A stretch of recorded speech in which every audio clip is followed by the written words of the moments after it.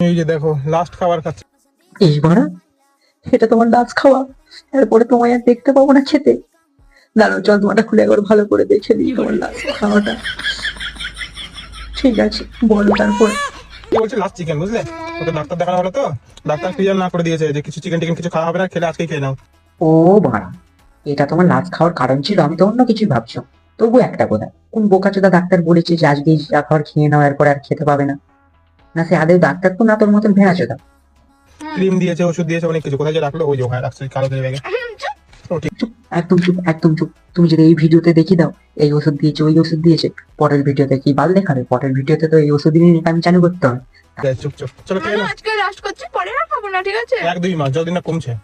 হুম। সত্যি বলছো তোমরা? সত্যি বলছো 1-2 মাস তোমাদের ওই মাংস ভাতের ভিডিও দেখতে হবে না? খাবার ভিডিও আসবে না 1-2 মাস? ও তোমরা 1-2 মাস অন্তত শান্তিতে সোশ্যাল মিডিয়াটা ঘাঁটতে পাবো। আমার আগে তো ইনস্টাগ্রাম ফেসবুক খুললে মাংস ভাত, বাবাই বাবাই।